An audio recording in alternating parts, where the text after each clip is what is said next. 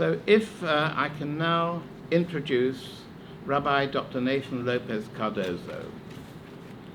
Rabbi Dr. Nathan Lopes Cardozo is the founder and dean of the David Cardozo Academy and Bet Midrash of Avraham Avinu in Jerusalem, a sought-after lecturer on the international stage for both Jewish and non-Jewish audiences.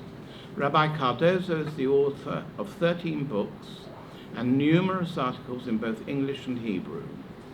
Rabbi Cardozo heads a think tank focused on finding new halachic and philosophical approaches to dealing with the crisis of religion and identity amongst Jews and the Jewish state of Israel. Hailing from the Netherlands, Rabbi Cardozo is known for his original and often fearlessly controversial insights into Judaism. His ideas are widely debated on an international level on social media, blogs, books, and other forums. Rabbi Cardozo's latest book, you've got that, Les? Yeah. Jewish Law as Rebellion, discusses hot topics such as same-sex marriage, conversion, and religion in the State of Israel, and presents a critical analysis and explanation of the application of halakha. A quote about the book from Rabbi Lord Jonathan Sachs: Rabbi Nathan Lopes Cardozo has written a challenging, even provocative book, inviting us to restore the iconoclasm with which Judaism was born as a religion of protest against the status quo. Agree or disagree, you will find yourself thinking hard and deep about the current state of Jewish law and life, and that makes it a well-worth book to read. A new chapter in one of the great Jewish traditions of the dignity of dissent. I have much pleasure in asking Rabbi Dr. Cardozo to give his book reading and lecture, and as you just saw, the title of his book is Jewish Law as Rebellion, and it is on sale at the table by the door after the lecture. I'm quite sure that after the lecture, Rabbi Cardozo will be very happy to have a Q&A. Rabbi Cardozo, the floor is yours.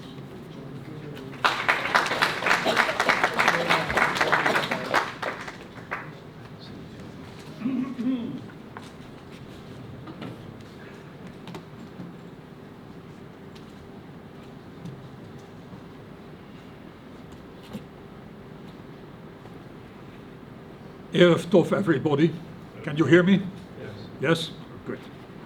First of all, my thanks to you, David, for making this possible, arranging this, and again, meeting many of you who I know from the past and some new faces as well. Always an honor to be here. This is a very special community. I've spent over the years many Shabbatonim here, and it's always been a real pleasure. I also, obviously, please send my best regards to you, Rabbi Katz.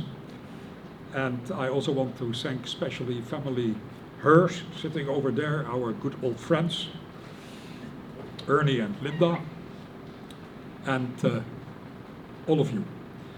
Michael over there is the man who will sell my books in case you are interested in that. And I just made up with David that nobody is allowed to leave this room before buying this book.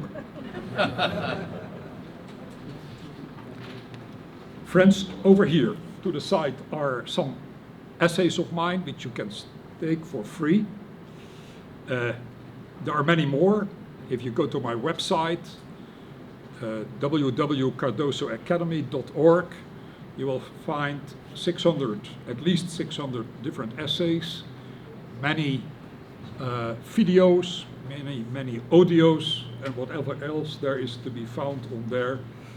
And then hopefully you are able to keep yourself busy for the next few years.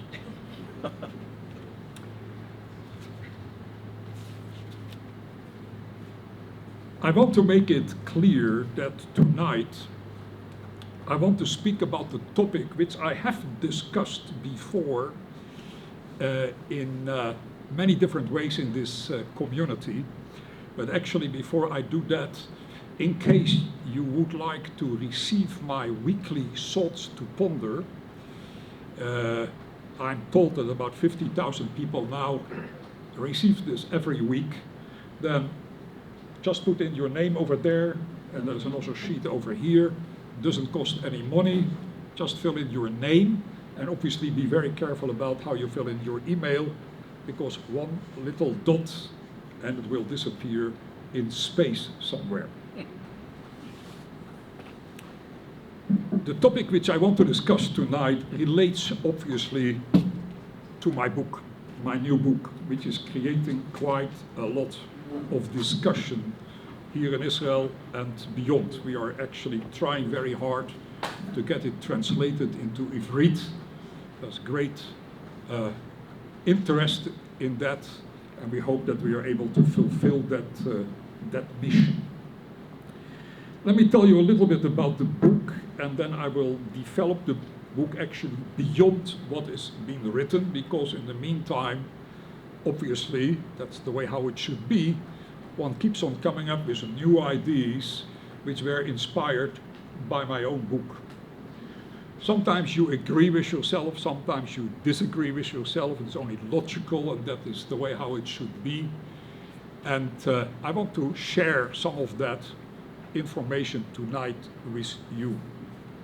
It's going to be unusual, probably not what you expect, but deeply related to the Jewish tradition, committed to the Jewish tradition.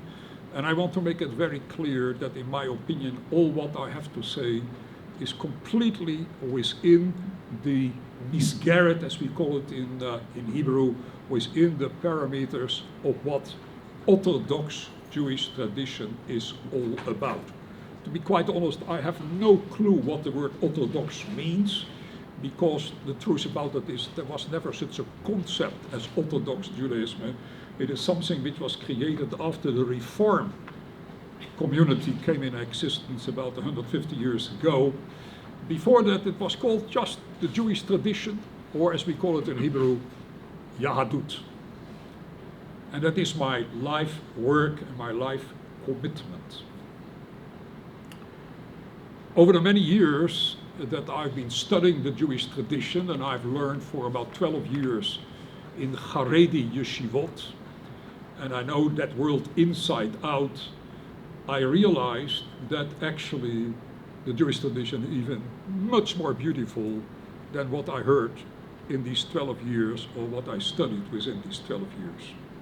Deeper, faster, broader, and it only made me to fall more in love with that very tradition. We just celebrated a great momentum in Jewish history. That we are allowed to be part of that is something very special. And that is the State of Israel 70th birthday.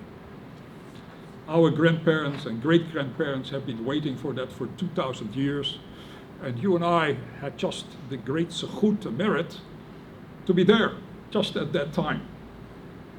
And that makes us obviously to wonder a lot about who we are as Jews, what the State of Israel is all about, and what is its relationship towards the Jewish tradition, and specifically what I want to discuss tonight, to halacha, Jewish law, for the lack of a better word for this, the Jewish way of living our lives, to which many of us are committed, as I am. To come back 2,000 years later to your homeland is completely unprecedented. There's no other nation in the world who pulled this off. We know that all nations which left their homeland, within 100, 200 years, they disappeared from the globe of the world, they assimilated, and we never hear any more about them. The Greeks, the Romans, the Persians, the old ones at least, there's nothing left of them. We are the only one around, nearly 4,000 years old. And then we had, I would nearly say, the chutzpah of coming back home again after we were not accepted and not loved within so many communities, specifically in Europe, especially after the Shoah, after the Holocaust. It hasn't been a very easy 70 years. I suppose many of you have served in the Israeli army. I had the zechut to do so. And then you get confronted with lots of issues which are painful. I just remind you of one little thing which a student of mine made me aware of, which I had never thought about. We have lost in the last 70 years about 25,000 Israeli soldiers. Every one of them is a child of ours, as if it is our personal family. Just remind yourself of one thing. 25,000 people who died is less than one day Auschwitz. Is less than one day Auschwitz. While every one of them is a child to us, and we cry about them, the very fact that it was possible to keep this particular place going and flourishing as it does all these 70 years, we are now leaders in many different departments of this world, on scientific levels, technology, obviously religion, morality, and many other matters. It's all a miracle that we are surrounded by enormous amount of people who don't like us here. We are confronted every day with that problem. And we just continue to grow.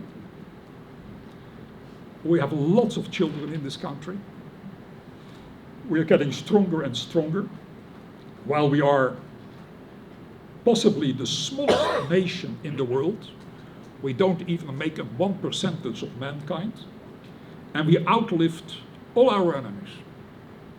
Interestingly enough, except for the Germans, all who tried to kill us, not one of them is around anymore.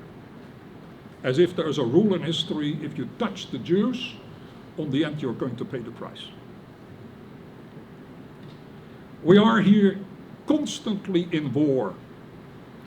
My wife and me, Baruch Hashem, have been living here for 42 years, and we have obviously experienced quite a few wars, as you have. Badly enough, there's a lot of infighting taking place in this country, which should not be the case. There are problems of corruption. We have constantly, Baruch Hashem lately, not as much, but terrorist attacks. We have a huge refugee problem here, of people coming in. There's still poverty in this country, which is a great scandal, to be quite honest. Especially when it comes to people who survived the Holocaust and don't have enough to eat. Things which I do not understand, and how can it be that this happens in this country? But all of that overlooks one fact, and that is the identity of the state of Israel. What is this state? Medinat Israel. Is it a Jewish state? Is it a state of Jews, which is something different? Is it a state of all its citizens, as we sometimes hear? These are very crucial questions which we need to deal with. Then obviously we have another problem in this country, and that is the Haredi community, which is very much prospering and growing. We have modern Orthodox, we have secular Jews, we have Reform, we have conservative, we have humanistic Judaism. There are all sorts, and all of them are here to be found within this country. And it creates a lot of tension. If you just think about something which I just last Sunday wrote about in the Jerusalem Post, the conversion problem, 400,000 non-Jewish, halachically non-Jewish people living in this country, but all of Jewish background. What are we going to do with them? If we leave it the way as it is, then in another few years we will have 600,000, and in another few years we have 800,000. And as you know, I have a very specific way of looking to that and trying to solve that problem, and some of that stuff is left over here to my side. And then there is the largest Jewish problem, as far as the state of Israel is concerned, and that is democracy versus the Jewish tradition. This is a serious problem. We are officially a democracy, meaning to say that democratic values here, and I would nearly say Baruch Hashem, are the way in which we run this country. But it obviously clashes with some of the Jewish, especially traditional Jewish sources, who really do not allow us to be a full democracy because we must make sure that this place stays Jewish. But when I use the word Jewish, then the question is, what do you mean by that?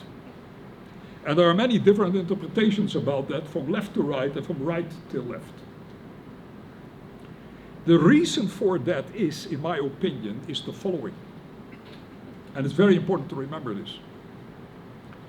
Nobody ever thought about a democratic, let's call it semi-secular Jewish state. Nobody in the last 2,000 years thought about that possibility. There were two ways how the rabbis dealt with Jewish identity. One was, as it is being discussed in great lengths within the Jewish tradition, the one which many of us come from, living in Galut, living in exile as a minority, and trying to stay Jewish, religiously Jewish as much as possible. That was one option. And the other option, which was discussed by our sources, was the Messianic state. That is to say, when the Mashiach would be here, we would return to our homeland, and then we would run this particular place in according to all the Jewish halachic values. Nobody ever discussed the question, what are we going to do that we start this state before the Mashiach is coming, or has come? As is exactly what happened in 1948. We took our fate in our own hands, especially after the Holocaust. We moved back to this country. Incredible miracle. But suddenly we were confronted, especially the halachic system was confronted with something it never had spoken about. A secular, democratic, Jewish state. And that creates lots of problems. It was already Chief Rabbi Herzog, the first Chief Rabbi of Israel, who was a tremendous scholar, who wrote at the time, we are really not ready for a secular Jewish state because we never put our mind on it. We were or living in Galut, or we were thinking about the Messianic age. And now we are confronted with a new condition which the halakha did not respond to because there was no need to respond to it because we were not in Israel and we were not yet in the Messianic age. And therefore we are lacking sources. We're lacking information. How are you going to do that? Especially when still a majority of Israelis is little connected with the Jewish tradition. No doubt it is getting better, but we are not there yet. What are you going to do about the democratic state, which is secular in principle? And all of us, by the way, also many people who are not dati, I hate all these words, want this to continue to be a Jewish state. And then obviously there's an enormous debate about what do you mean by that. An ambiguous situation. Somewhere beautiful, from another point of view, very dangerous. If you don't know what you want to do with this state, and now we more than ever are confronted with this because our grandparents, when they came to this land, they had something else on mind, and that was how are we going to get this state off the ground? Now that we are there, and we are no doubt going to stay there, whatever our enemies may think, the fact is that suddenly it somewhere flies us in the face, and we're going to ask ourselves the questions and just follow all the debates in the Knesset, in the Supreme Court, and you will see how complicated that story actually is. Now, there's a very interesting thing about this. It is very typical of Israel, the state of Israel, to be great in solving what I call short-term solutions. We are excellent about this. I'll tell you what I mean in a moment. What we are not at all great about is to solve long-term solutions. What I mean is that if you look around, you constantly see that we are busy and we are brilliant in this to solve these short-term solutions. For example, in the field of security. Whenever our enemies attack us, we will find an answer. We have developed here technology in a way that nearly nowhere else in the world has been done. We have anti-missile systems, most of them invented by ourselves, sometimes together with the Americans. We have Iron Dome, I don't have to tell you about them, against the Qassams. We have now found a way how to discover terror tunnels. Today I read that we have even found them in the sea, in water, and we found them. And we will continue to do so. Nobody can beat us there. And that's fantastic, that is remarkable. But when it comes to the long-term problems, making peace with our neighbors, well, that is a whole different story, and we haven't been very successful there. We haven't been very successful in solving the poverty problem.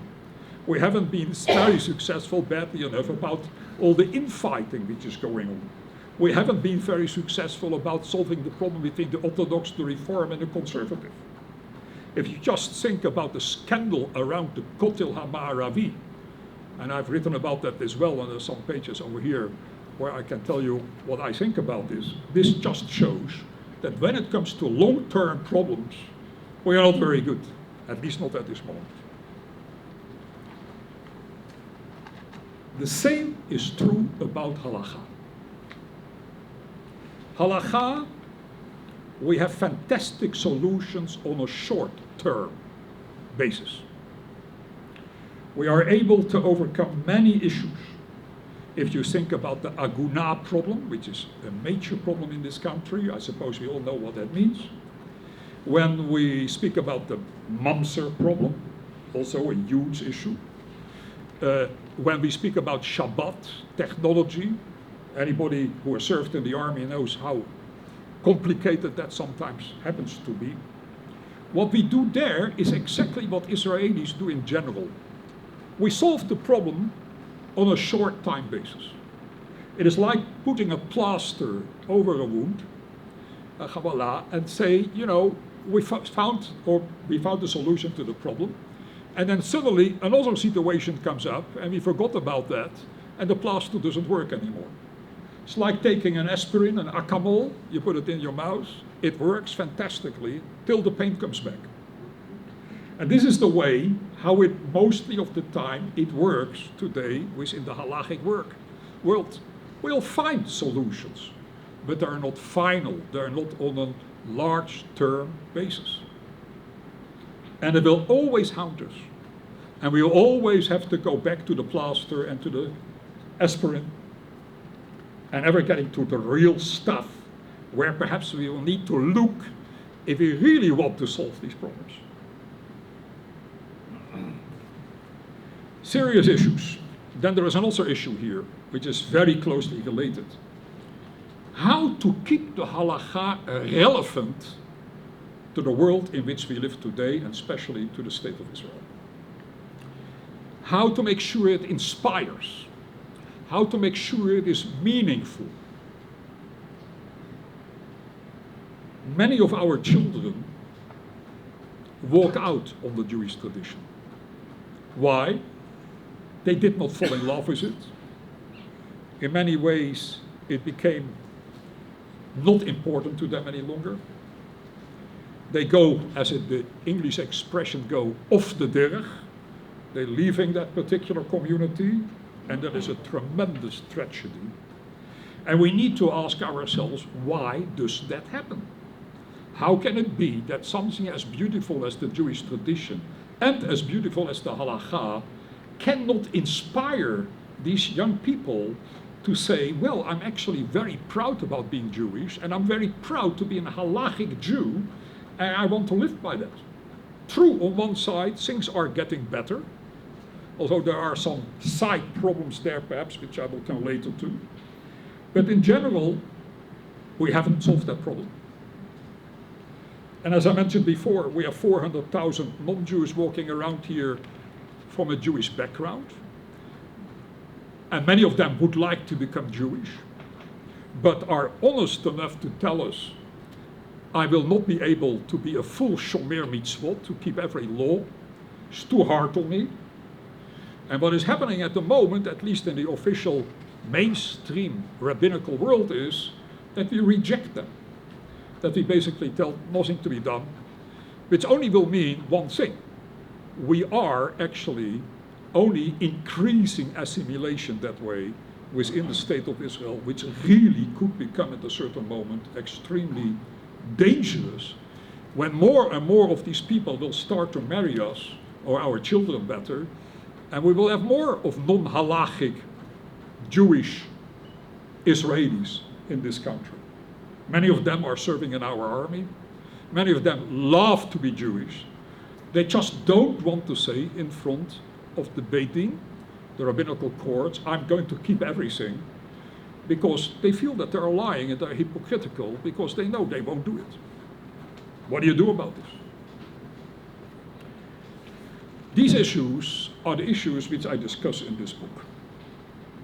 I've thought about this for many years, I've discussed this with many also people. Some people agree, obviously some people disagree with me. But the first thing what I want to say is this. As the title of the book clearly states, we have to make our young people aware, and perhaps Israeli society at large, that the Jewish tradition and halakha is something quite different from what they believe it really is. I put it in the title, in the form of saying that the Jewish tradition is basically a rebellion. And let me tell you something, I know this from my own experience, but I suppose you know that from your children as well, or perhaps from yourself, is rebellion is a fantastic word.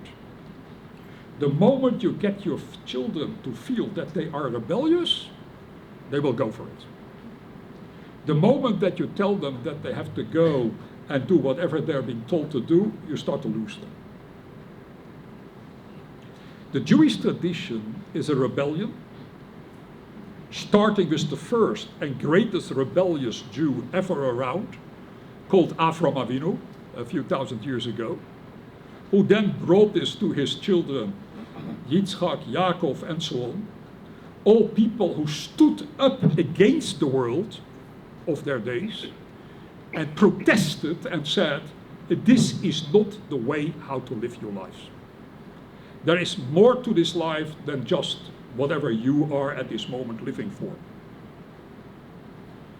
A protest against complacency, a protest against dullness, not going with the flow, not just saying what everybody else is doing, we will do as well. If we Jews would have done that for the last few thousand years, you and I would not be sitting over here, because there would have been nothing left of the Jewish people. It was because of the fact that we protested, that we objected, that we said there are higher values in this world, and even when very few people at the time were prepared to buy into it, we continued that tradition till this very day. 400,000 non-Jewish Israelis could no doubt, many of them, be somehow convinced of the greatness and the uniqueness of being Jewish if we would bring the Jewish tradition in the way I just described. We most of the time don't do anything of that. The Jewish tradition is a wake-up call.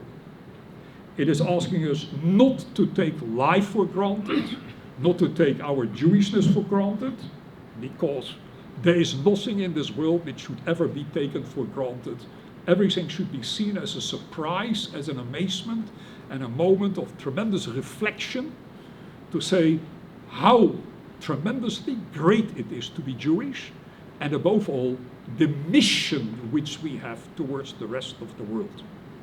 Not a mission in the sense of becoming missionaries and trying to make people Jewish, but to bring the great values of the Jewish tradition to the rest of the world, so that they will recognize the existence of God, that they will recognize the moral principles of what they call the Bible, and many more things. Religious slumber of just going through the motions when we are religious is not what is going to do it. If we don't listen today to the voice which spoke a few thousand years ago at Sinai, via our Chumash, via our whole tradition, and we realize the nature of that very thing, which first of all is protest, is meaning, is rebellion, is showing that there is a deeper meaning to life and that we should all be living in amazement for all the wonders around us, whether it is a flower, our own lives, or anything else. What is going to be with our children? And many of us should be asking ourselves, including myself, what is going to be with me? Just to go through the motions? Well, and then comes obviously the big question about the state of Israel. What does it need to be? In what way should it reflect what I just said? Not too many people have been writing about that. There have been a few people. There was a man you probably haven't heard of, but who did a very great job that was long before the State of Israel was established. Very unknown, even in the rabbinical world, who saw this coming up, a democratic, secular, Jewish state. It was the end of the 19th, beginning 20th century. Somebody by the name of Rabbi Chaim Hirschensohn, one of the great thinkers and halachic authorities of the day, lived in America, lived in Europe, lived afterwards, I think, in Israel as well, 1857 till 1935. Then there was Rav Herzog, I just mentioned before. There have been people closer to our time who have been writing about this problem. Rabbi Eliezer Waldenberg, for those who know the halachic world, he is known for his famous work called the Tzitz Eliezer.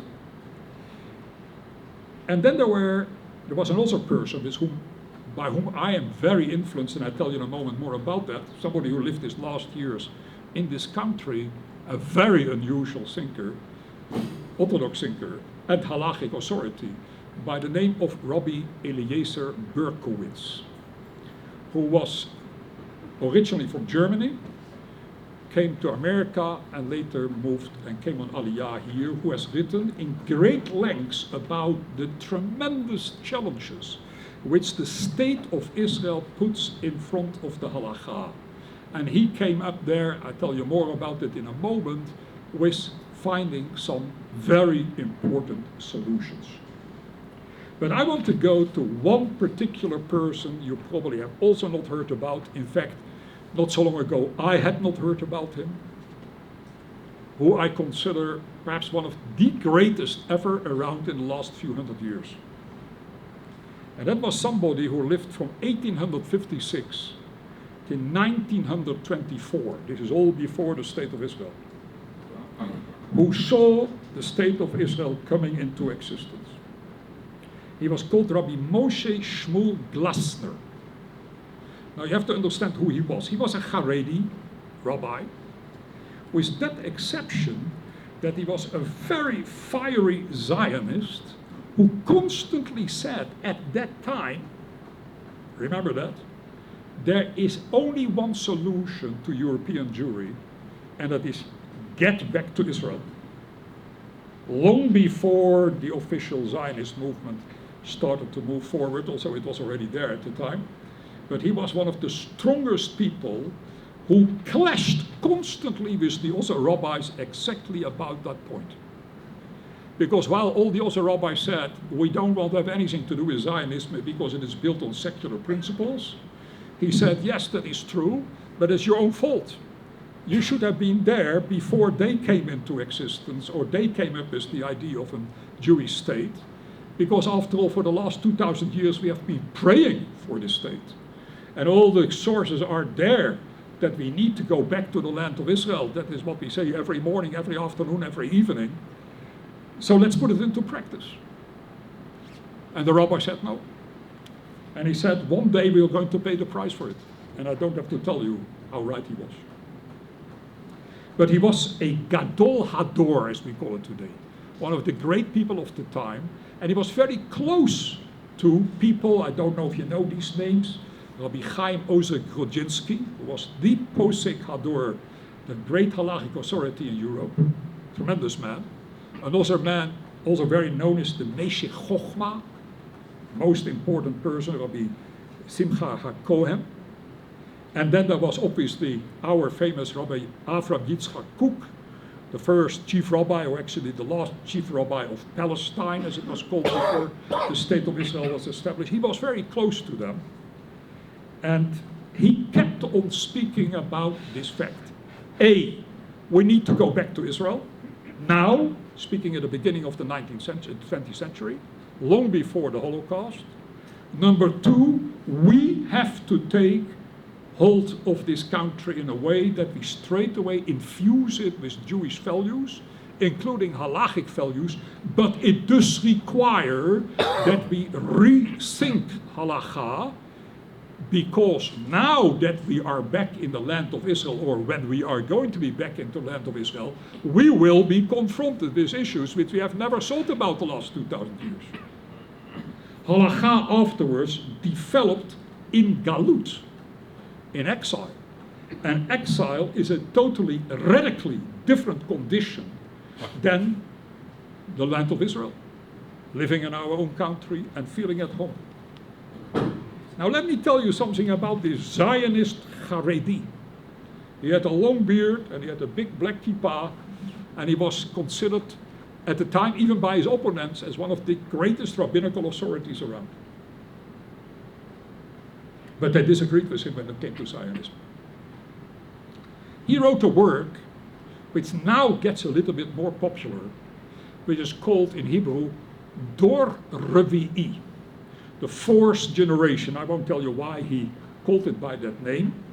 And in there he wrote a pirush, a commentary on Masechet Chulin, one of our Masechtot in the Talmud, where in the Hakdama, in the introduction, he wrote a long understanding and an insight into what actually halacha exists of and how it works.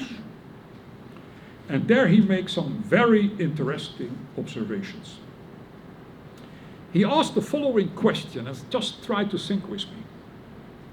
Why does the Jewish tradition exist out of two elements?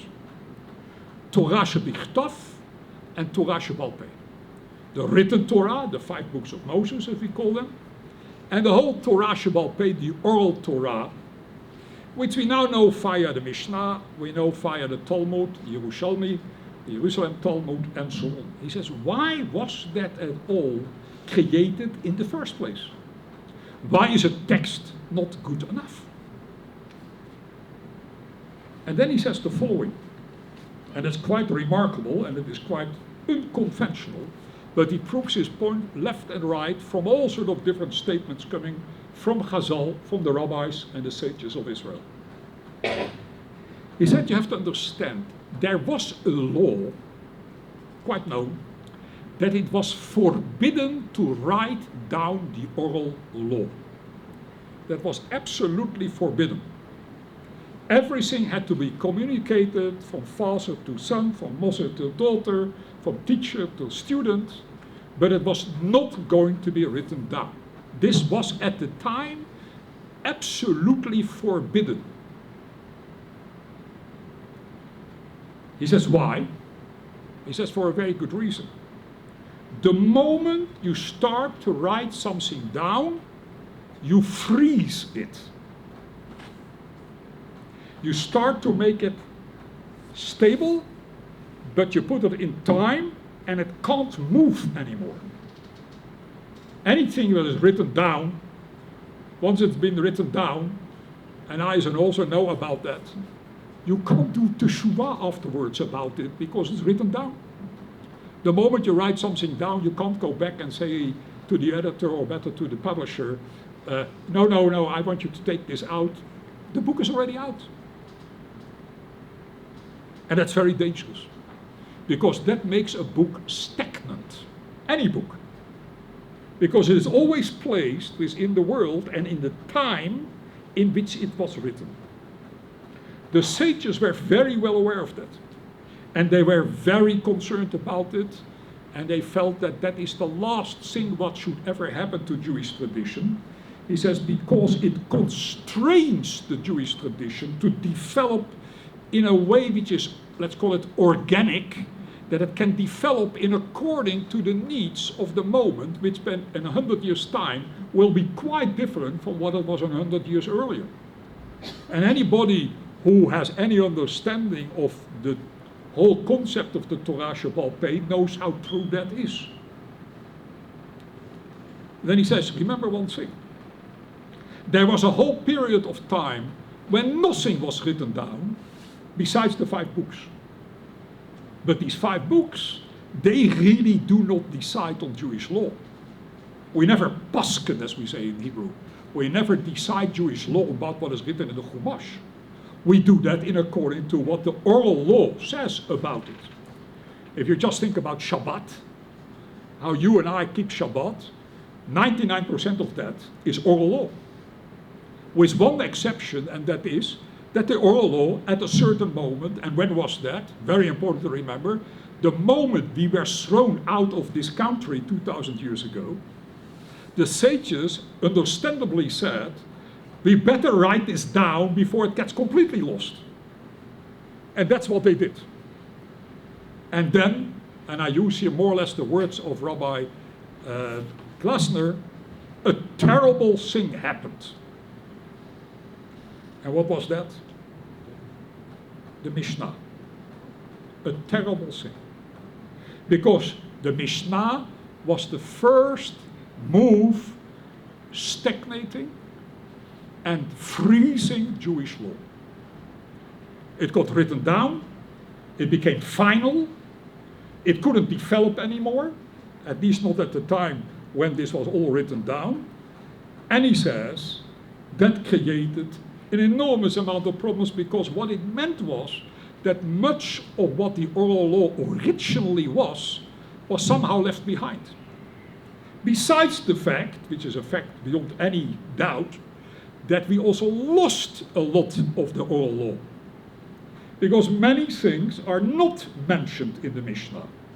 The Mishnah is probably a very small part of what was once the oral law, much larger. It got lost. Most of it, we don't even know anymore what it is.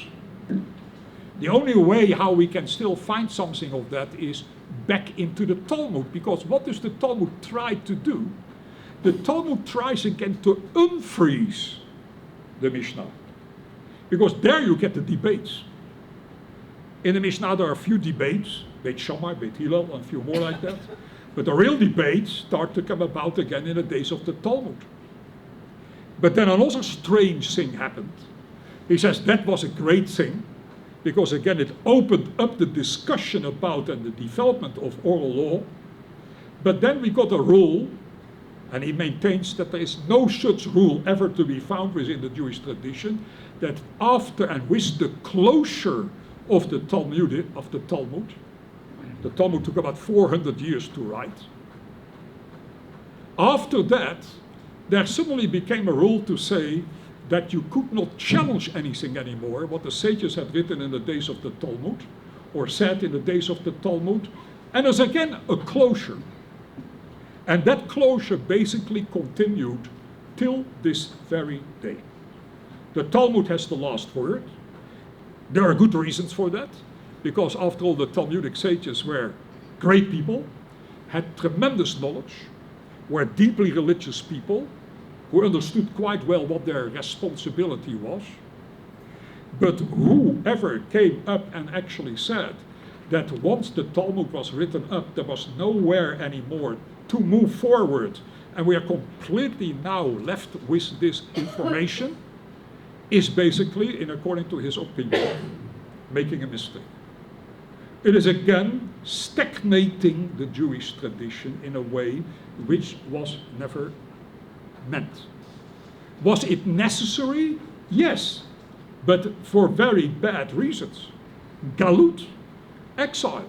We were living in a world where we were a minority of a minority, where we did not have any power, where we had to stand up against anti-Semitism and a lot of un-Jewish and anti-Jewish ideas.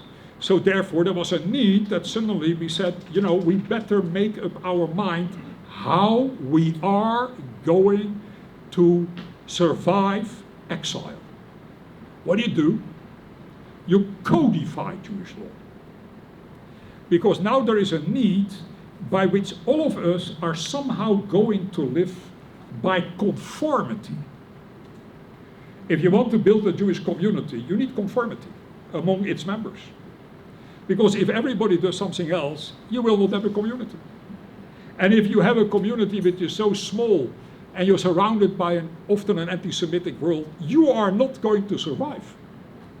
So therefore, somebody, example, like Maimonides, started to write his famous codification of Jewish law, which is a brilliant work, a genius work called, and I'm sure you all know about it, the Mishneh Torah.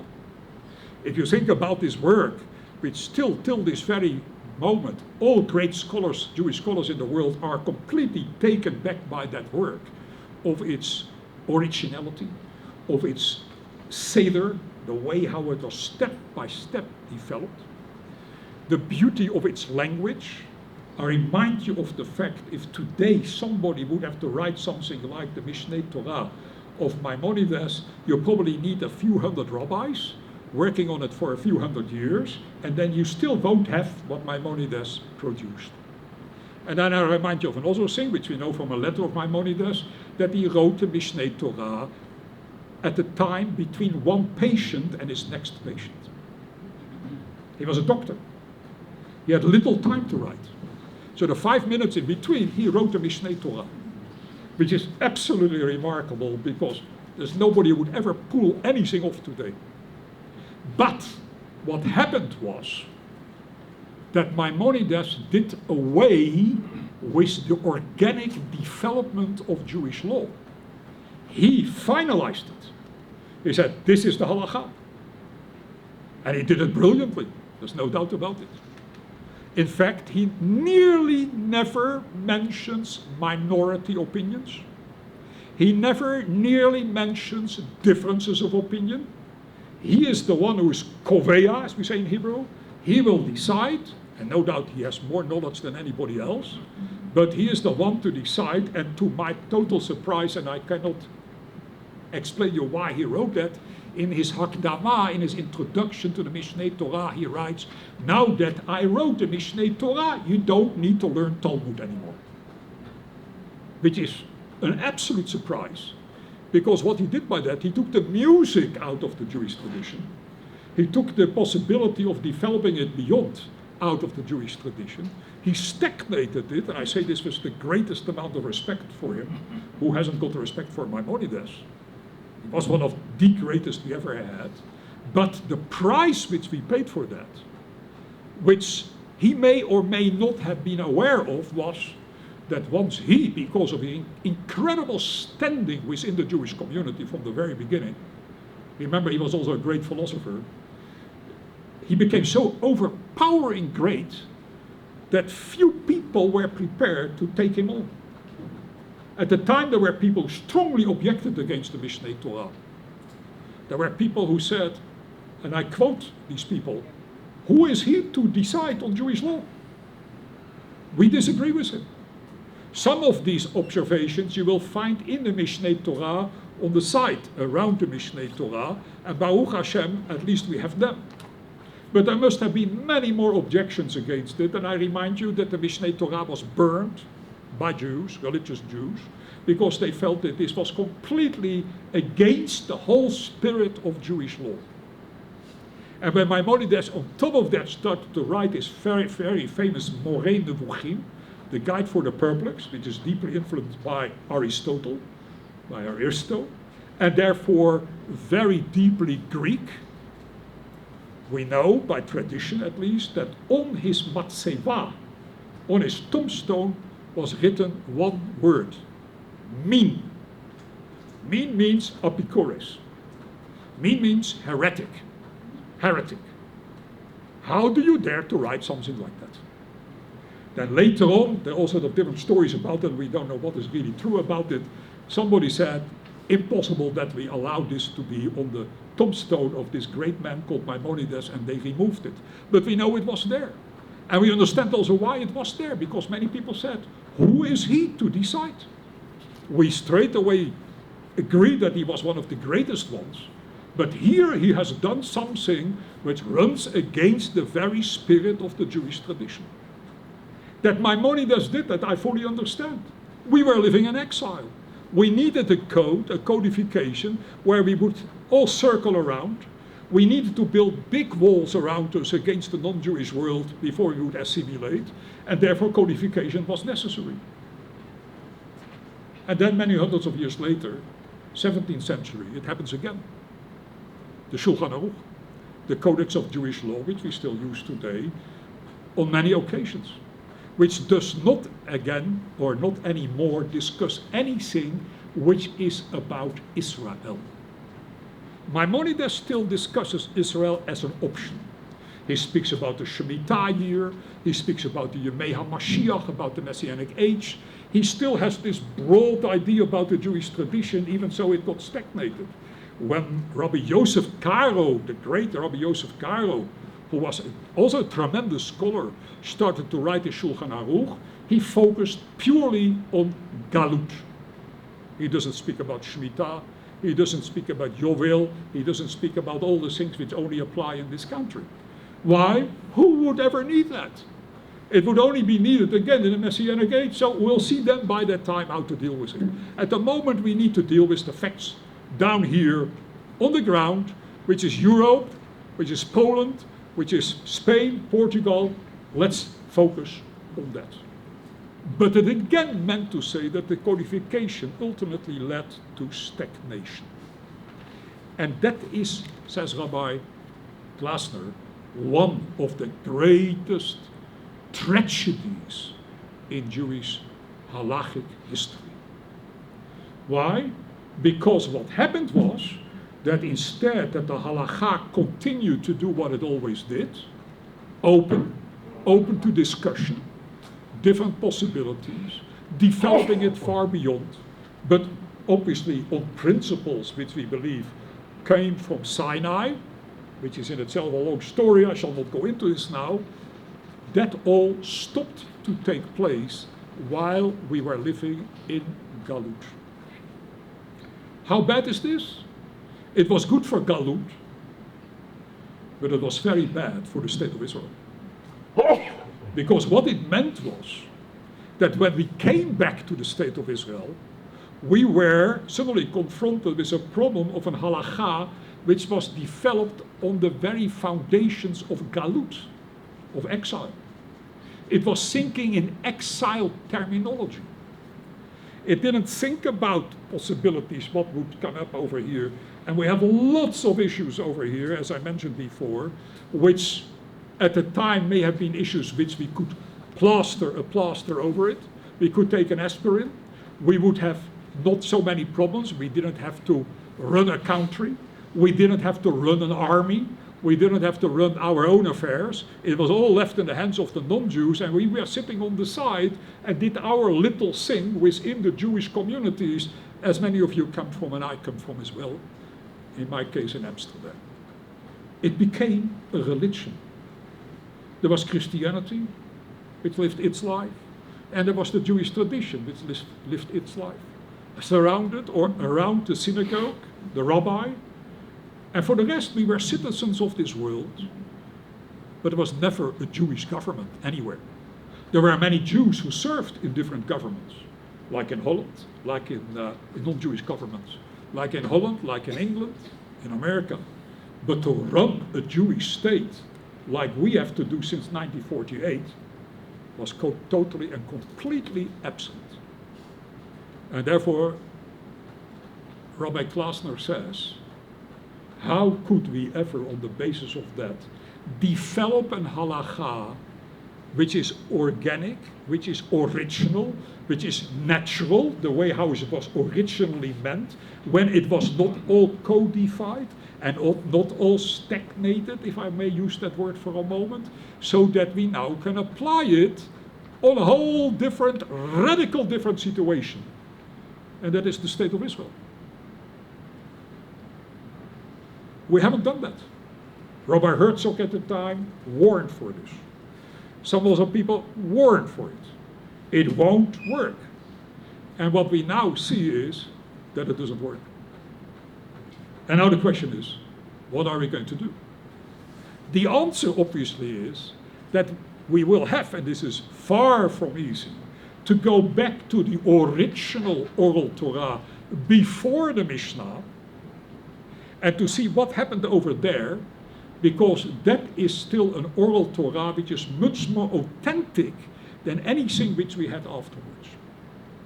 And that's the reason why he writes. And remember, he's a tremendous Talmudist, and he was learning Mishnah every day without any doubt, and Talmud every day. He was at the same time saying it was ultimately a tragedy, because what happened to the Jewish tradition is, or the halachic tradition is, it was brought into a particular shlaf, as we say in Hebrew, a particular dimension. There we kept on developing it, and forgot to develop it on this side, and forgot to develop it on this side, and therefore we were left on the end in 1948 with a situation which we could not really deal with, because nobody had done anything about it. Serious stuff. That's one thing. Then he said something else, this Rabbi Glassman.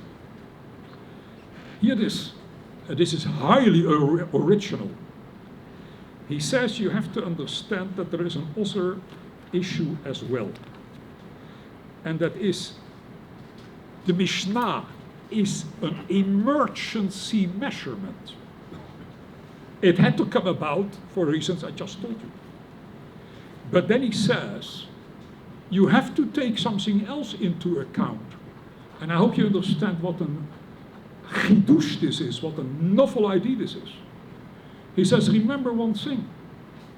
In the meantime, in a non-Jewish world, especially in our days, ethical principles have been developed in the non-Jewish world, which are great principles. Whether or not they keep by the principles is a different story. But morality has moved forward. And many things, and I will give you in a moment a few examples of that, which at the time, a long time ago, were accepted, we say today, they are amoral, they're immoral, they're anti-moral, anti-ethics, and we need to change all those of them to make a better world. Ethical principles. And then he says the following. If the non-Jewish world comes with new, better ethical principles, then in according to halakha, we need to accept them.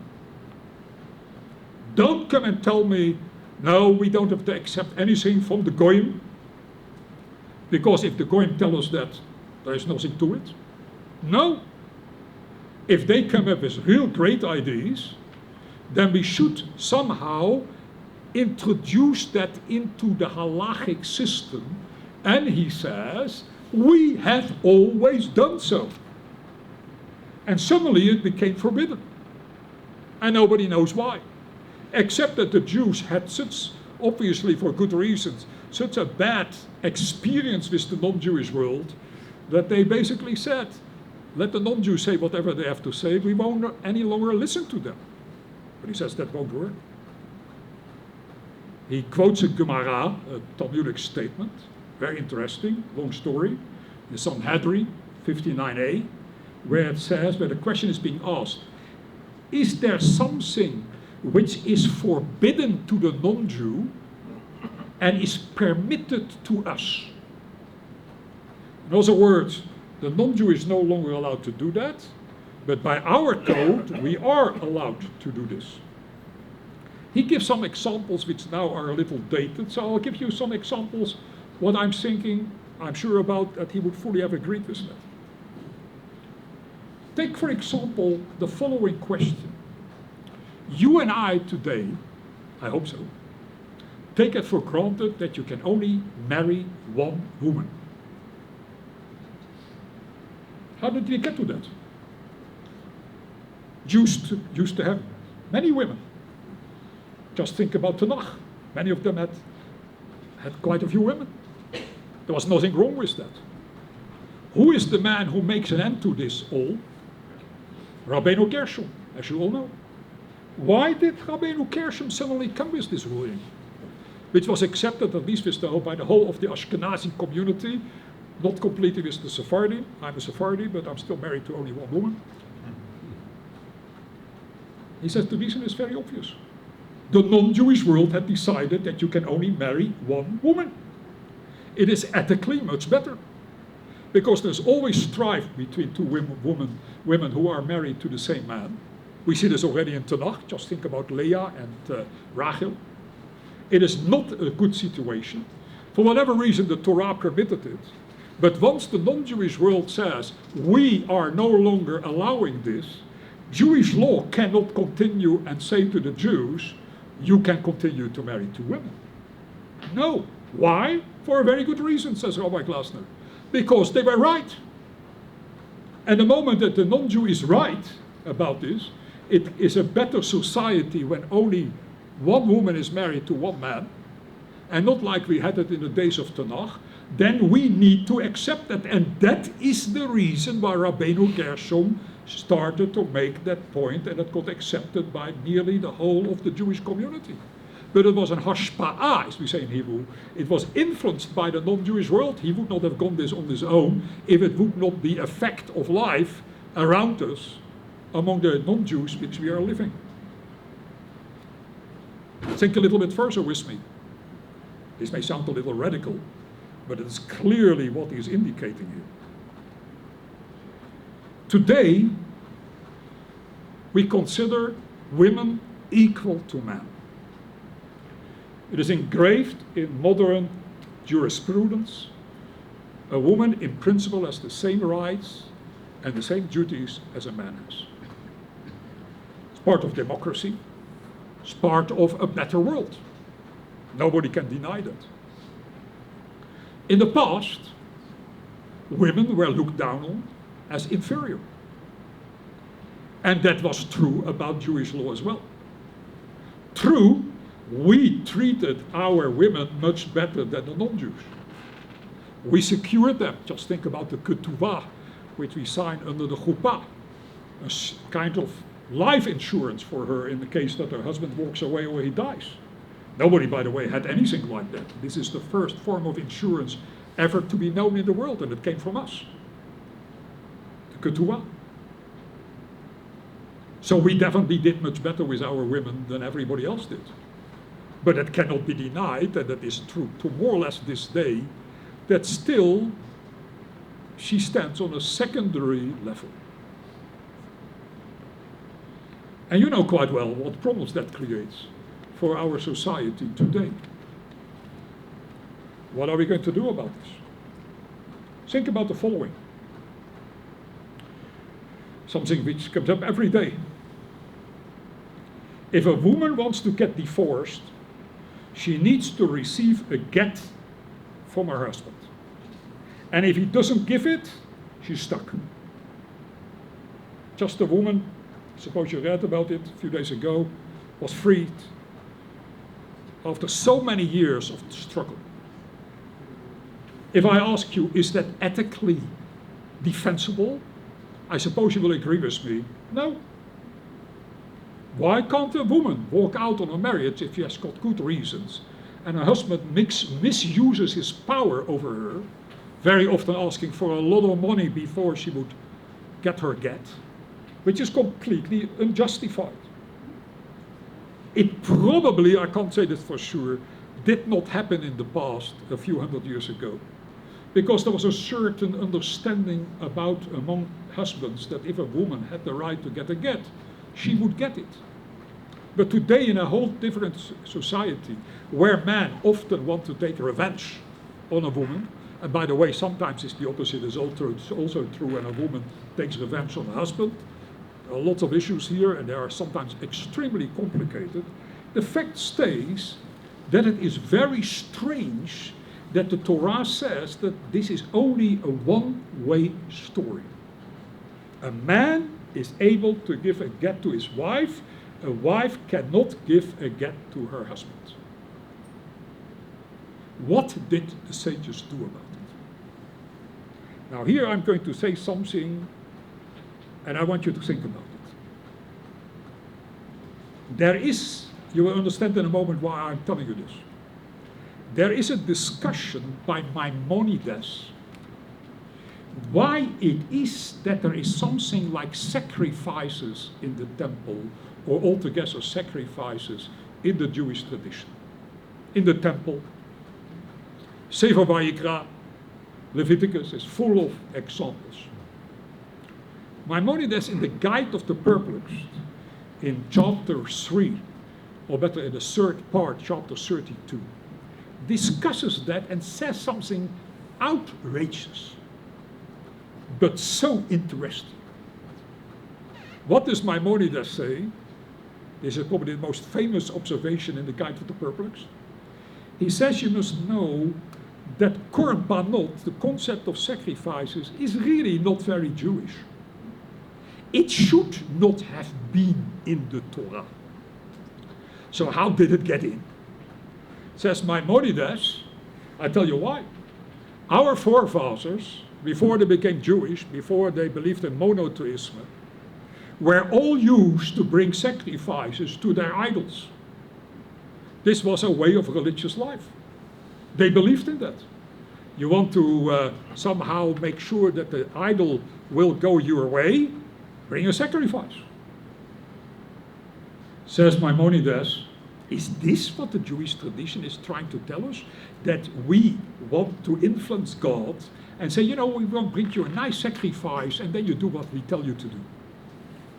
Says Maimonides, under no circumstances. You can't pull that off with God. So why then do we have it? Says Maimonides the following ruling, very interesting, as if he is a Freudian psychologist.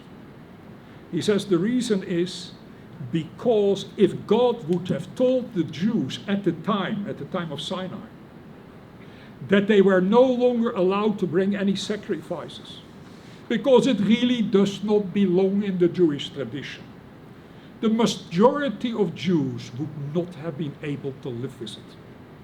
Why? Because it was so ingrained in their characteristics and in their way how they expressed their religiosity, that God did a very interesting thing, and he says he allowed these rituals, I quote here Maimonides, to continue within the framework of the Jewish tradition, with the objective that slowly we would grow out of it. We couldn't do that overnight, it would have been too much. A human being can only do so much. So what God did, he said, okay, you know what, you can continue to bring these korbanot. But my ultimate goal is that one day you just leave it behind. Because the real authentic Jewish tradition does not know of sacrifices. That's quite a statement to make. And Nachmanides, the Ramban, gets very annoyed with Maimonides, writes over there, how did the master dare to write things like that? But there is the master. And here we see the originality of Maimonides, and I tell you what it is. And this may sound a little shocking. Maimonides is saying the following. According to him, the whole of the Torah, as we have it today in our synagogue, is min hashamayim. I shall not go into this whole very delicate and very controversial concept. But in principle, we say all came down from Sinai. But does that mean, asks Maimonides indirectly, that this is the ultimate text of the Torah? Or is this the text which was given at a certain moment in Jewish history? in the days of Moses, which was at that time the best text possible. How do I say this, and how do I dare to say this? And by the way, I have quite a few also proofs for this. Is because Maimonides just said this about the Korbanot. What he is saying is this: the Korbanot, 3,500 years ago, when the Torah was given, a little less than that, required to be inside the Torah for the reasons we just explained. People could not yet do without them. But Maimonides is asking indirectly, what would have been if the Torah would have been given 1,000 years later? Would the Korbanot still be in the text? Or would they by that time being removed from the text? Hear this? Says Maimonides. He indicates that very clearly, and there are others who have been indicating this as well, and I write about this in my book in great lengths. If it would have been given 1,000 years later, a good part of Sefer Vayikra would not have been there. Does that mean to say that the Torah which we have today is not our original Torah? Yes, it is the text which was given to us at the time of Sinai. That was a time when the Korbanot, when the sacrifices were still needed, as he explains. But if 1,000 years later the text would have been given, or 2,000 years later the text would have been given, then the very same text, all from God, from beginning till end, would have been a different text. You hear? Maimonides is putting an historical dimension to the Torah text. He says the beauty of the Torah is that the Torah was given at a certain moment, but teaches us at the same time, remember, at that moment it was the best text available. This was what now was needed. But it is not meant to say that the text forever stays to be applicable in the same way as it was 3,500 or 3,000 years ago. Because all depends on the circumstances and the historical dimensions at the time when the text was given. If it would have been given later, parts of the Torah, which we have today, would not have been there. And then the big question obviously comes. So why then did God not say, okay, in also 1,000 years I'll give you an also text? God does not do that. And you know what the answer is? Because God says to the sages of Israel, you do it. I don't need to do that. Because we have a kind of partnership. I gave you the text at the time. You are the ones to develop it. You have to rethink about it. What would be if I would have given a text 1,000 years later? And then you are not able to make changes in the text of the Torah which we have in the synagogue. But what you can do, and what the sages always did, was in the oral Torah we will change it, whatever needs to be changed. I can give you hundreds of examples in the Talmud where that happens, where the Torah says this and the sages say that. For example, even that is mentioned in the Mishnah itself. The Torah says there are quite a few laws where when you violate them, you are chayav mita, you are liable of death penalty. Rabbi Akiva came and said, away with the death penalty. On the basis of what did he do that? The Torah says, if you are mechalel Shabbat b'ferhesia, if you openly and deliberately are violating the Shabbat, you're liable of death penalty. So how can Rabbi Akiva come and say, it won't apply anymore? The reason is because Rabbi Akiva, with his colleagues, have the right to do so.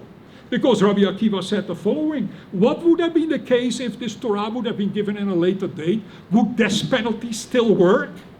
And the answer is it would not work. It probably would do exactly the reverse. So therefore, in the spirit of this Torah, we will remove that law. Nobody is liable of death penalty anymore. And death penalty went out of the way. Many other laws. which the rabbis did away with when they felt that it would no longer work. Because they kept on asking themselves, if God would have given it 1,000 years later, what would he have now written in this very Torah? But God says, I'm not going to change the text. You are, in your interpretation of the text, going to give a different reading of it, so that on the end of the day, you will understand what your obligations are, because we are partners in the text. And we have a very interesting, and I'm sure you've heard about it, ruling there, which is mentioned in the Talmud itself. We say, Torah lo bashamayim hi. The Torah is no longer in heaven. There's a very famous story I will not go into now, which probably many of you know that story, where God interferes in the halakha, and the sages say to them, who are you? You gave it to us. We decide on this matter, not you. I can tell you there's no also tradition in the world which has such a chutzpah. But it is perfectly Jewish in every sense of the word. We realize our tremendous responsibility how to deal with that text. Now, why did the rabbis in later days find all sorts of ways to get out of the aguna problem? Which, by the way, I also discuss in great lengths in my book. Many times, they came up with what you and I would call far-fetched kind of ideas, ideologies, arguments, which if you would objectively look to them, you would say, come on, you are violating the text. The text says A and you say B. It happens all the time throughout the Talmud. And the answer is that the sages say, that's our obligation. We have to update the text, not in the sense of changing the text in the Torah, the Sefer Torah, but we are updating it via the oral Torah. That's our obligation. If things change, we will have to do that. They have done the most remarkable things there. They were able, therefore, to free many agunot. They were able, in remarkable ways, also discussed in this book, how they got out of the problem when a child was clearly a mamzer, and they found a way. Very often it looked very far-fetched, and they say, he's not a mamzer. I know myself about quite a few cases like that. They did that for the following reason. That is exactly what the text expected from them. That is what God expects from them. Let's develop that Torah together. I gave you the original text, but remember that text is not something you can just apply, because you have constantly to think about the implications of this text, and yes or no in the way how this particular text would actually work in the new conditions. And now comes the point of this rabbi, and he says, remember one thing. The Torah grows with the new ethical principles of the non-Jewish world. If the non-Jewish world suddenly comes up with a great ethical idea, all men are equal, women and men are equal, there cannot be any distinction, they have different functions, but they are equal, we cannot come and continue the Torah by saying something like, no, the woman is inferior.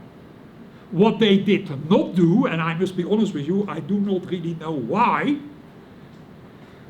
they did not say at the moment, when the Torah said that a man can only give a get to his wife, was because in that time that was the normal way how people got divorced, in the non-Jewish world as well. It was always the male who had to take the initiative. They did not say, from now onwards we declare that a woman is also allowed to give a get to her husband. Not clear to me why they did not do that. But what they did do is the following, it came down to the same principle.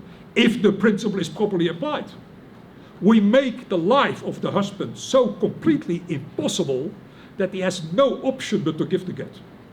In other words, the woman can force her husband to give a get.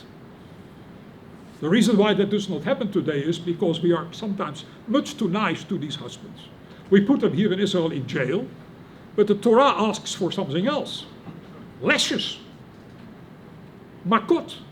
Now, we are very civilized and we don't do that, and because of that very reason, the women are still not being divorced because the husband says, okay, I'm sitting in jail, I get my breakfast and my lunch and my dinner, so why should I do anything about that?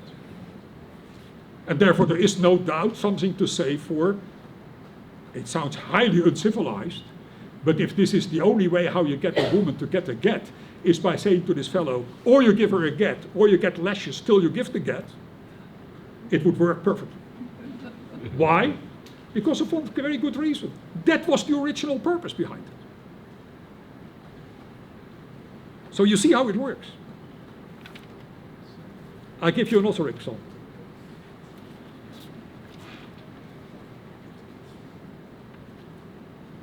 The Mishnah states, hear this,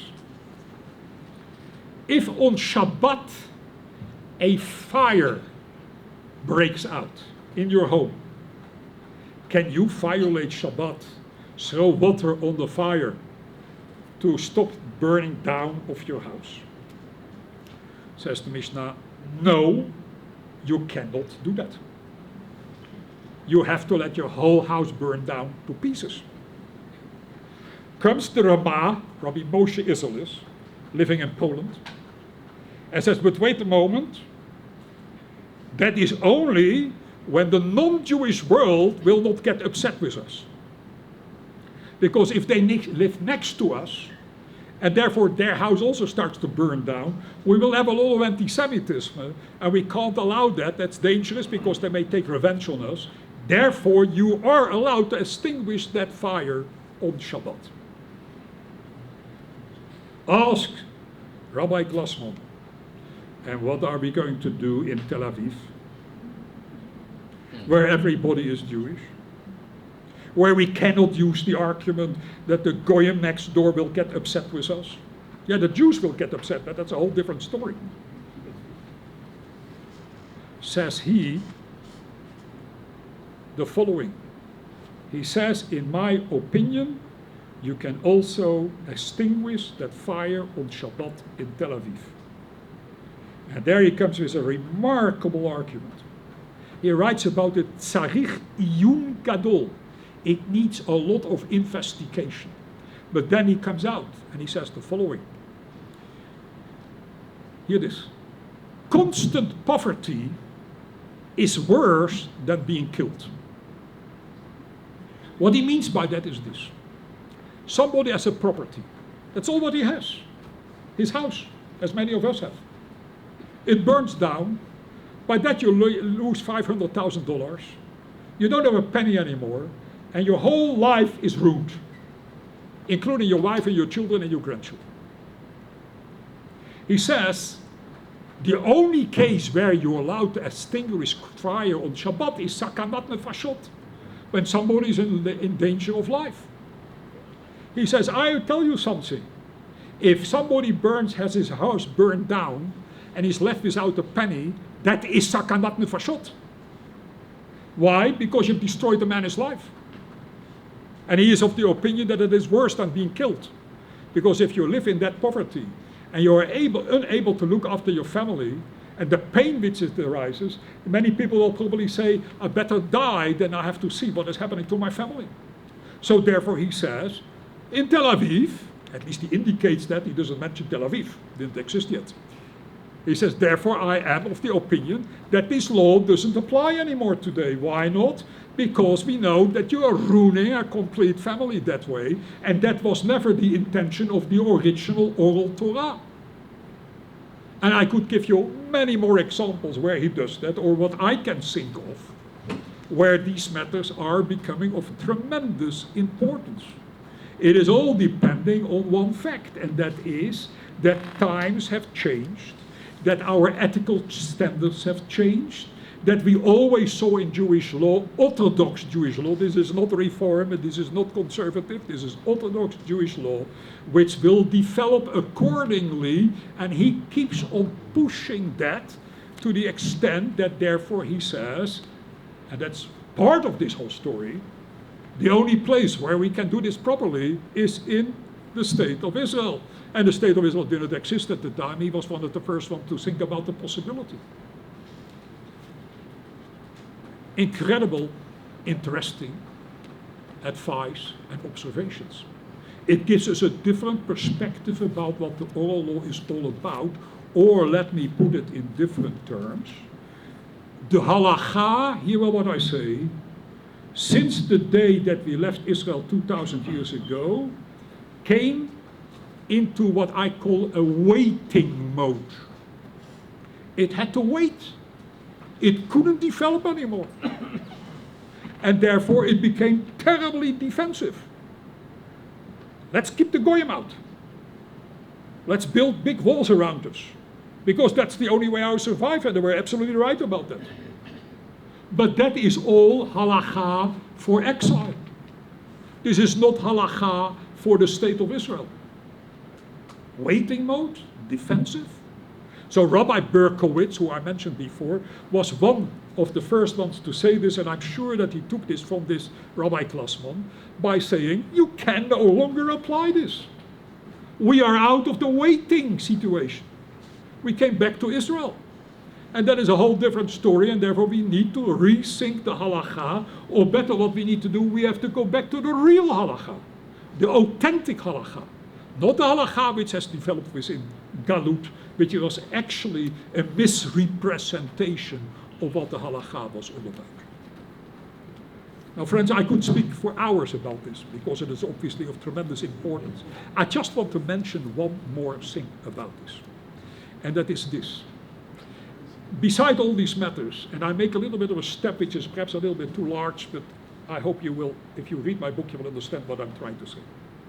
We are getting into another problem as well, which very few people have been writing about. Is electricity forbidden on Shabbat? Probably not. The kind of electricity which we use today has very little to do with fire, which is absolutely midoraita, from a biblical law, forbidden. But whether or not the lamp which you will light on Shabbat does not belong to that category. What did the rabbis do? In the beginning it may have belonged to it. But since our technological situation has changed tremendously, and light is something very different what you today use in your home than your grandparents did, it may not fall anymore under that law. Now the question is, should we now say you can put on light, electric light on Shabbat? Then my answer is no. But not for an halachic reason, because I don't have one. I'm much more concerned about something else. The ruach of Shabbat. The very spirit of Shabbat. The fact that one day in the week we say to God, we turn the whole of your world back to you. We are not going to be the masters over it, and therefore we will use as little electricity, at least not on Shabbat itself, unless we have started it beforehand. Why? Because our obligation is to keep the actual ruach, the spirit of Shabbat, alive, because if we don't do that, we are left with nothing.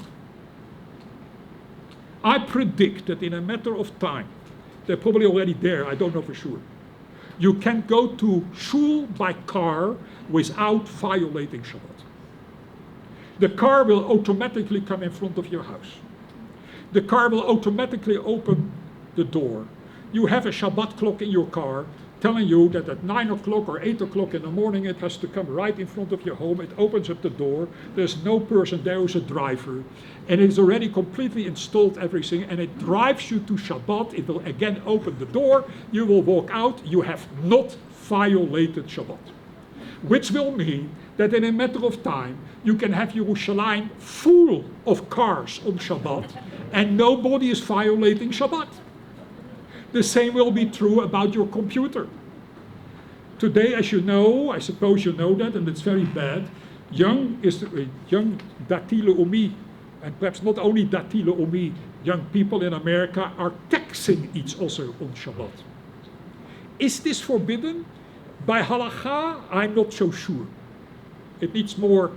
But one day, I can tell you for sure, there's nothing forbidden anymore about it, because we will find a way. Should we do this? Under no circumstances.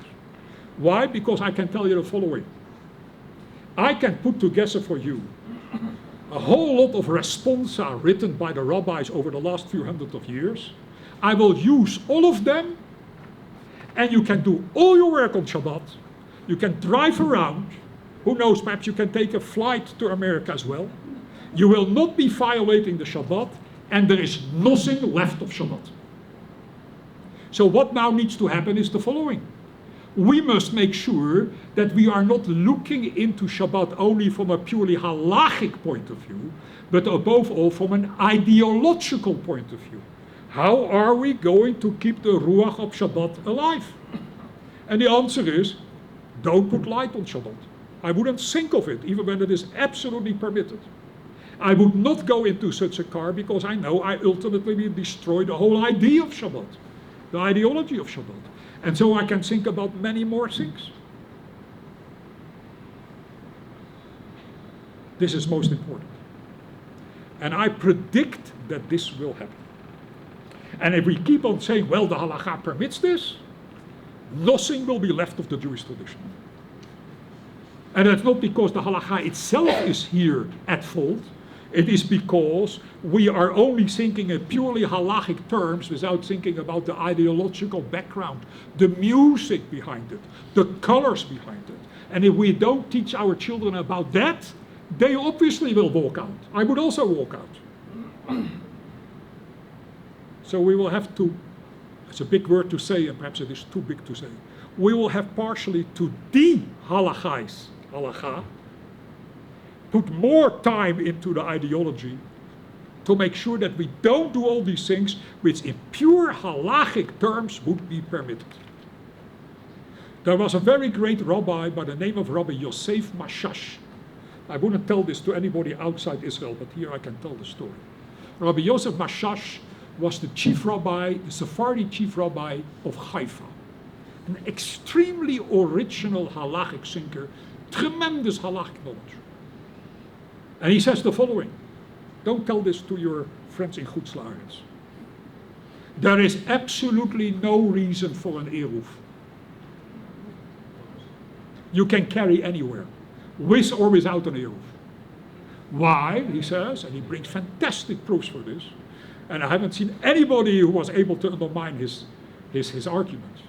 He says an eruv, that I suppose we all know what it is, we closure in, right, to make a private domain so that we can carry, like here, no doubt, and in Yerushalayim, also places around the world, Amsterdam, London.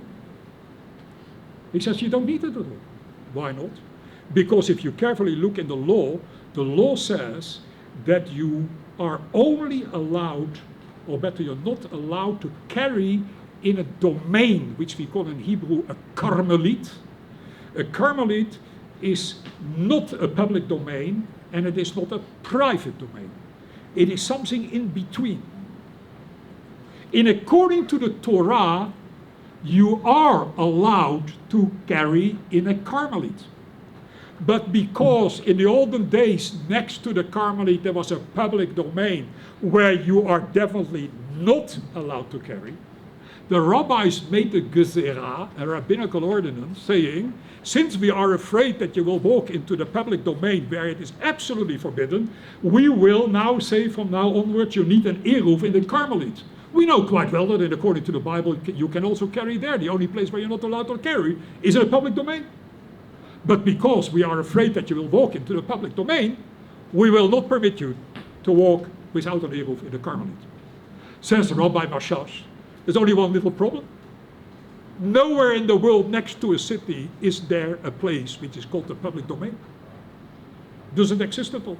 A public domain is the desert. And you know what? Very interesting. He says the following. I was surprised when I read that. He says, a public domain means that you can travel and do whatever you like, and there's nothing what will stop you. Meaning that the moment there is one ramsor, how do you say it? Traffic light, in the public domain, which will stop you, and you have to wait till it becomes green, it is no longer considered to be a public domain. You show me anywhere in the world where today there is a public domain, except perhaps in South Africa or in Africa or places like that. And there, if there would be a Carmelite next to it, you will need an eruv.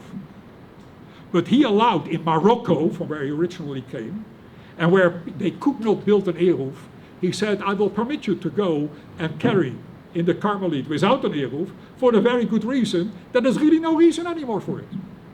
Now, if you ask me, Rabbi Cardozo, are you telling us that we are allowed to carry in the public domain? My answer is no, under no circumstances.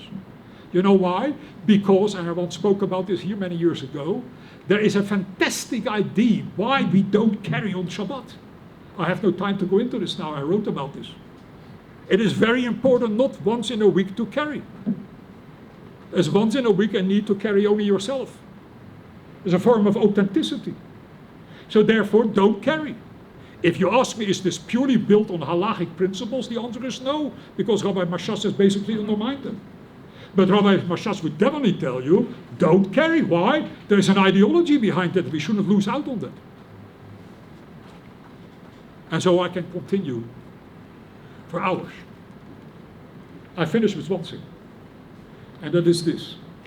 We have to realize that the meaning of religion and the meaning of halakha is that we are constantly living in amazement. That we should never get used to anything.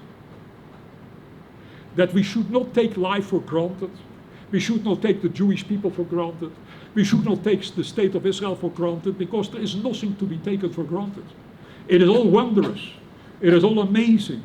It is all in many ways a miracle in which you and I live today. Probably not anywhere close to anything else which has happened in the last 2,000 years in Jewish history. And that is the ultimate goal of halakha. If you make a bracha in the morning, or whenever you eat or drink something, you say, Bogat Hashem. You know what that means? It means this, I once said this before here. If you take an apple and you put it into your mouth, before you put it in your mouth, if you really know what you are doing, you should say in good English, wow. Why? For a very good reason. How is it that I like the apple? How is it that I can swallow it? How is it that it does all the good things to my body? How is it that all that what is not good leaves our body again? It is all totally miraculous. So what should you be saying before you put that apple into your mouth? You should definitely say, wow. Now there's one question, how do you translate wow in Hebrew? And you know the answer. Baruch atah Hashem Elokeinu melech haolam she'akol nהיה bidbaro. That's the reason why we say a bracha. It is a statement of amazement. And that's the beauty behind the Jewish tradition, because every time where it has an opportunity, they will say to you, be amazed. Because it is the basics of religiosity. Religion means not to take anything for granted. It is an objection against the secularity, which often is a form where we do take the world for granted. And by the way, there are many secular people who are amazed, and therefore they are really religious, even when they may not always live exactly according to halakha. But that is one of their major purposes. It is the protest, it is the rebellion against taking things for granted. So let us hope that we live in that spirit. I tell you once more, your grandchildren can easily go around in a car on Shabbat and they will not violate it. Make sure they don't do that. But you cannot do that by coming up with another halakha, but you can come up with it and say, listen here, do you understand what Shabbat is all about? The beauty, the greatness, the music, the paintings, the colors behind it. We will have to go back to that. Because if we don't do it, they will just walk out. As they are doing at this very moment, it is an enormous tragedy for which there is no reason at all if we just would bring this halakha in the proper sense of the word to ourselves, our children, our grandchildren. May God grant us that possibility. I thank you very much.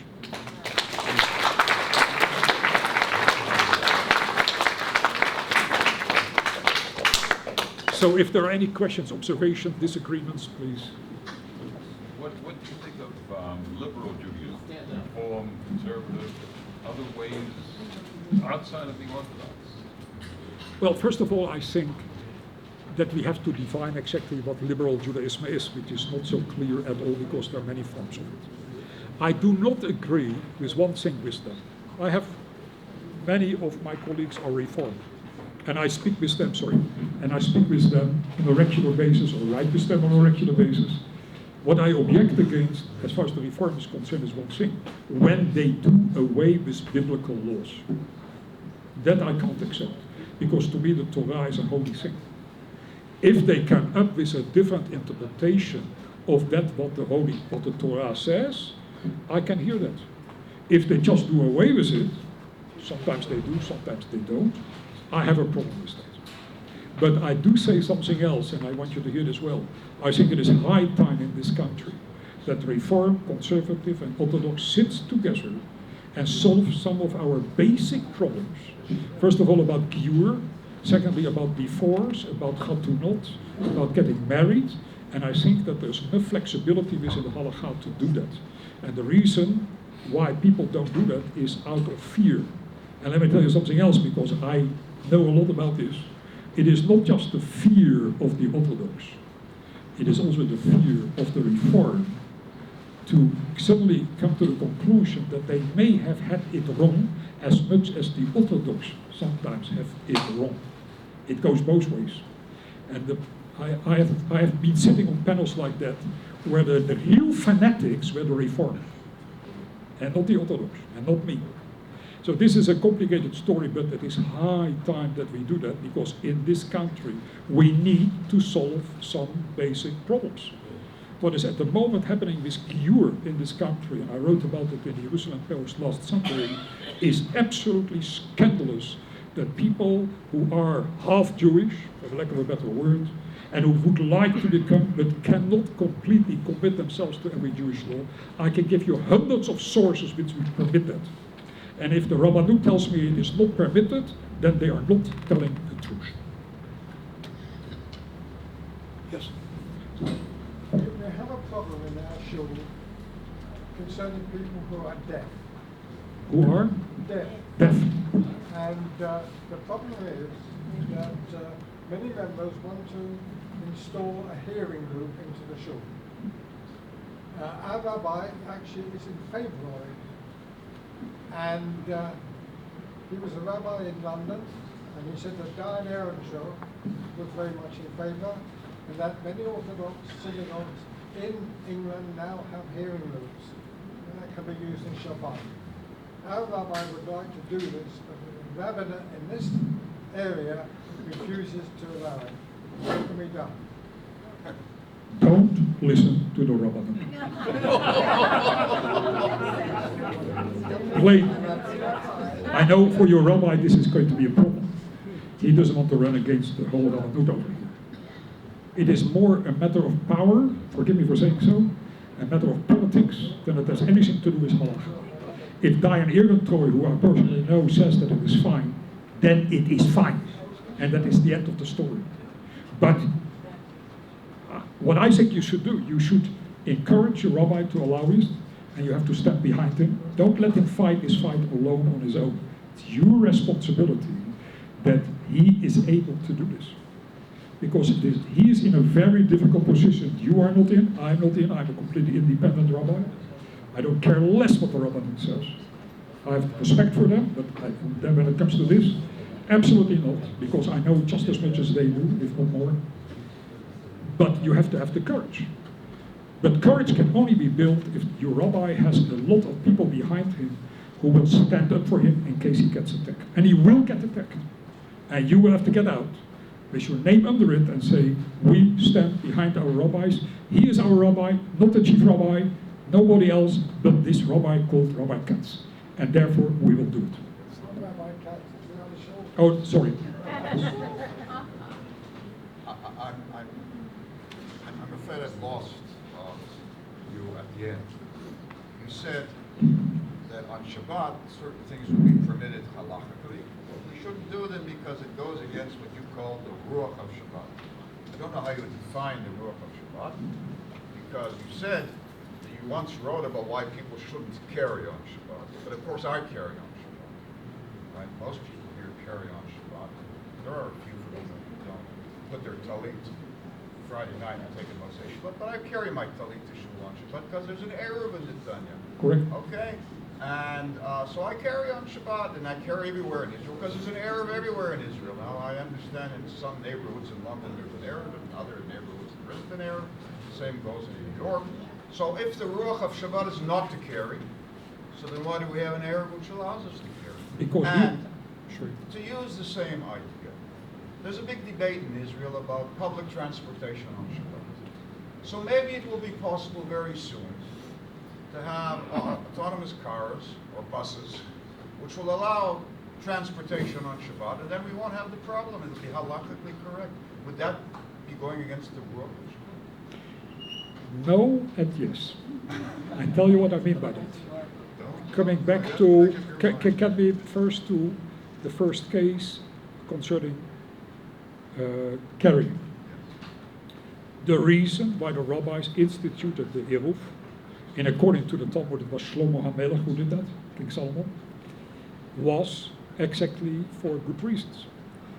Young people can't go to shul if they have little children, which they need to carry to go to shul.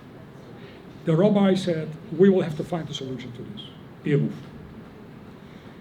But that doesn't mean to say that we should just carry that beyond such conditions.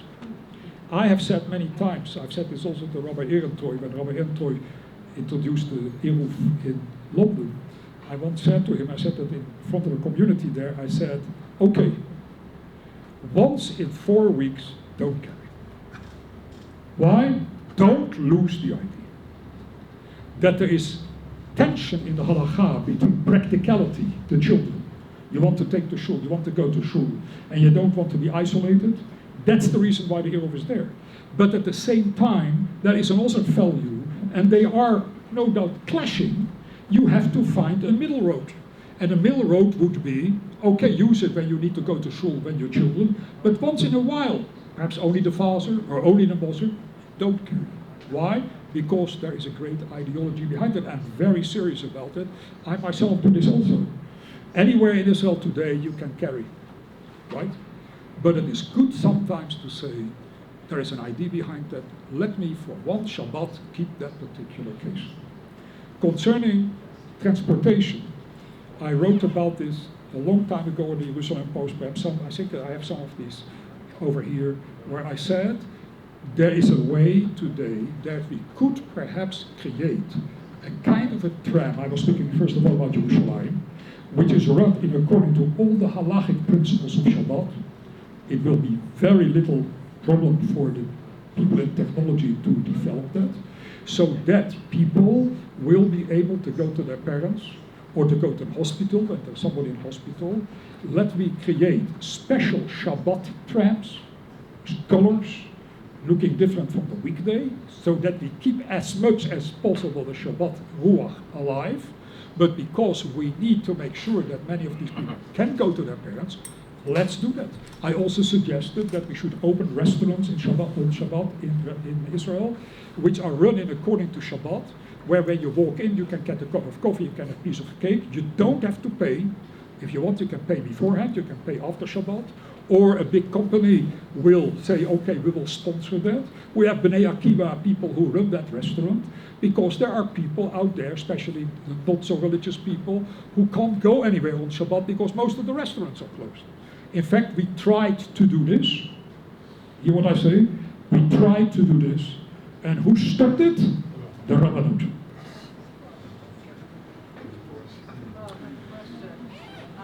How do you envision a future in Israel, let alone the whole Jewish world, where halakha would be accepted to be carried out in the same manner by everybody? But we have Mizrach, we have Sfarad, we have Ashkenaz, we have Hasid Gur, Hasid Chabad. Aside from the regular Orthodox, Reform, and Conservative, every Hasidic group has a different view.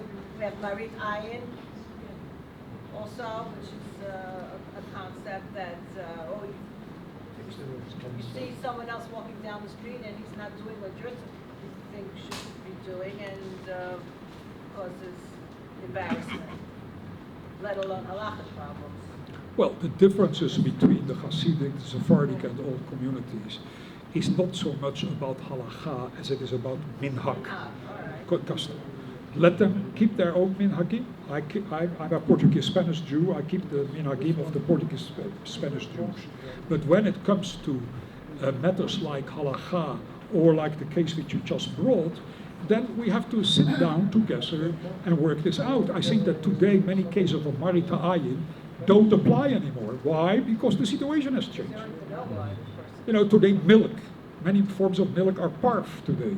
To say that it is still marita ayin when everybody knows quite well that it may quite well be parf milk means to say that marita ayin no longer applies.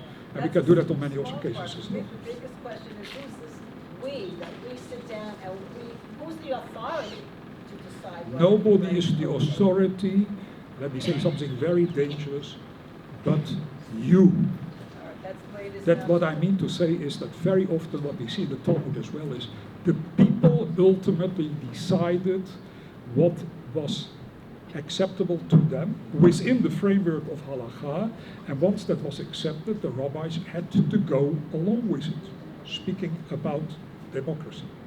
How do you envision that the question of New York can be? You mentioned As that I said- rabbis as I have to mentioned get- before- The rabbis have to sit down. Which rabbis? There are many rabbis, including myself, that's it. That there are many rabbis, including myself, who have enough reasons, enough sources to say that even when somebody is not completely Shomer Shabbat, or is on the way, or you can make him part of the Jewish people and later on you will teach him how to love the Jewish tradition, that is all possible within Jewish law. And nobody is going to tell me that it is different because I know the sources. Many of these sources are mentioned in this book, and we can definitely work it out. There's only one word, a good English word, guts. The rabbi knows? I don't have to answer you that question. Thank you very much.